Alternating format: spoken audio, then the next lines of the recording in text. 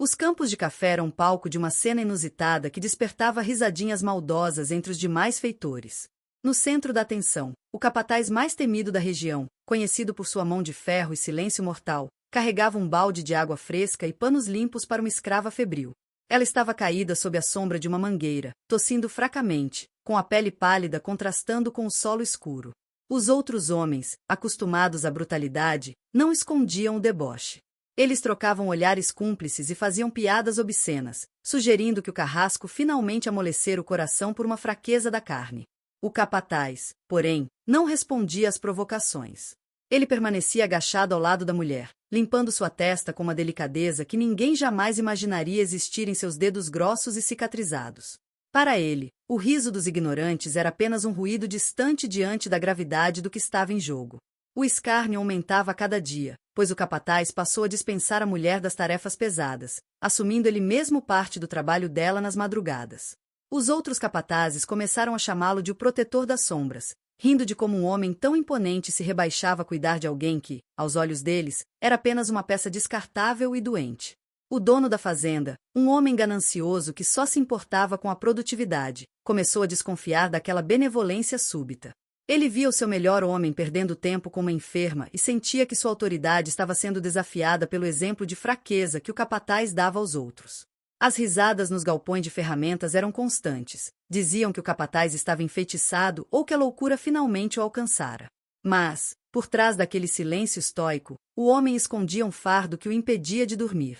Certa tarde, a paciência do proprietário da fazenda se esgotou. Ele caminhou até o local onde a escrava descansava e, com o chicote em punho, exigiu que ela se levantasse imediatamente para voltar ao trabalho.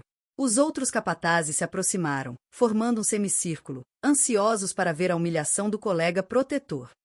O dono da terra gritou que não sustentava inválidos e que, se o capataz continuasse a protegê-la, ambos sentiriam o peso da punição. O riso dos homens cessou quando o capataz deu um passo à frente, interpondo-se entre o senhor e a mulher doente. Ele não desembainhou arma alguma, mas seu olhar era tão gélido que fez o proprietário hesitar por um segundo. A tensão era palpável, o ar parecia eletrificado. O segredo estava por um fio, e a proteção que parecia ser fruto de piedade estava prestes a revelar sua face mais aterradora. Saia da frente, ordenou o senhor da fazenda, com a voz trêmula de raiva. O capataz não se moveu. Ele apenas levou a mão ao bolso interno de seu colete de couro e retirou um envelope de papel amarelado, selado com uma cera vermelha que carregava o emblema oficial da coroa e do judiciário da capital. O silêncio que se abateu sobre o grupo foi absoluto. As risadas dos outros feitores morreram na garganta. Eles não sabiam o que continha o documento, mas o reconhecimento do selo real foi o suficiente para fazer o sangue fugir do rosto do proprietário. O capataz entregou o papel ao patrão sem dizer uma palavra. Enquanto o homem lia as primeiras linhas, suas mãos começaram a tremer e o chicote caiu ao chão, esquecido. O segredo que o capataz guardava não era sobre amor ou feitiçaria, mas sobre uma investigação que mudaria tudo.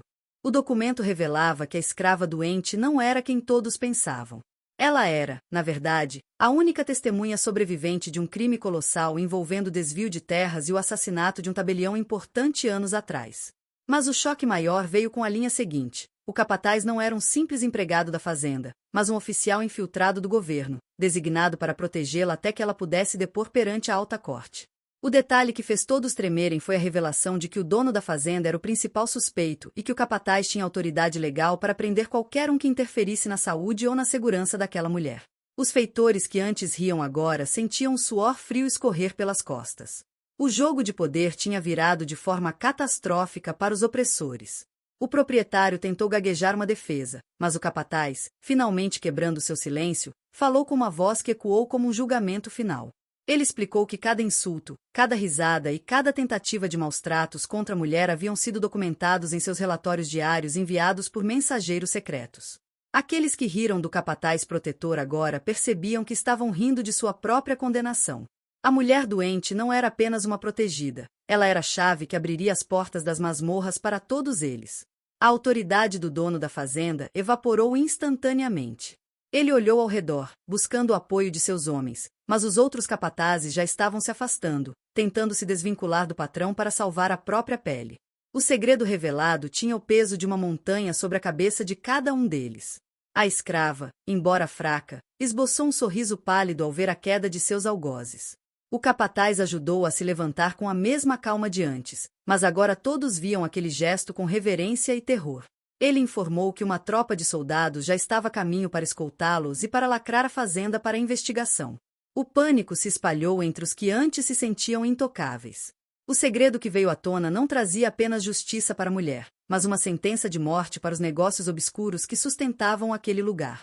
O homem que eles ridicularizavam como amolecido era, na verdade, o executor de um plano mestre que estava prestes a varrer a corrupção daquelas terras.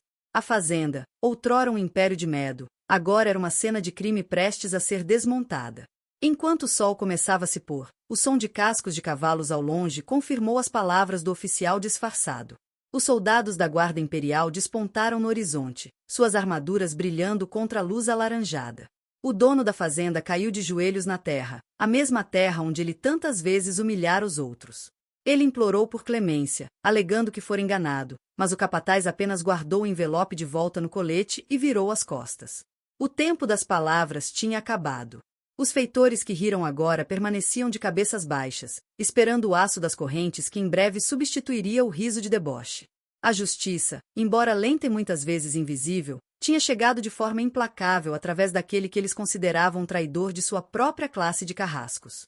A retirada da mulher e do oficial foi cercada de um silêncio respeitoso. Ninguém ousava levantar a voz. A carruagem enviada para levá-la estava equipada com médicos e provisões, um contraste gritante com a miséria em que ela vivia até aquele momento. Ao subir no veículo, ela olhou uma última vez para o campo de café, não com ódio, mas com alívio de quem finalmente fora vista como humana. O capataz montou em seu cavalo, reassumindo sua postura de liderança, mas agora sem a máscara de crueldade. Ele tinha cumprido sua missão mais difícil, manter a sanidade e a integridade em um lugar onde a humanidade era um conceito esquecido. O segredo que veio à tona não apenas salvou uma vida, mas restaurou o equilíbrio de uma região inteira. Anos depois, a história do capataz que protegeu a escrava doente ainda era contada nas redondezas, mas não como motivo de riso. Tornou-se uma lenda sobre como o poder pode ser subvertido pela inteligência e pela coragem silenciosa. A fazenda passou para novas mãos, e as leis mudaram, mas a lembrança do homem que enfrentou a zombaria para cumprir o seu dever permaneceu viva. O riso dos tolos tinha se transformado em um aviso eterno de que as aparências enganam e que, por trás de uma fraqueza aparente, pode residir a força necessária para derrubar impérios. O detalhe que os fez tremer de medo naquela tarde foi a descoberta de que a justiça não dorme, ela apenas aguarda o momento certo para revelar sua verdadeira e implacável face.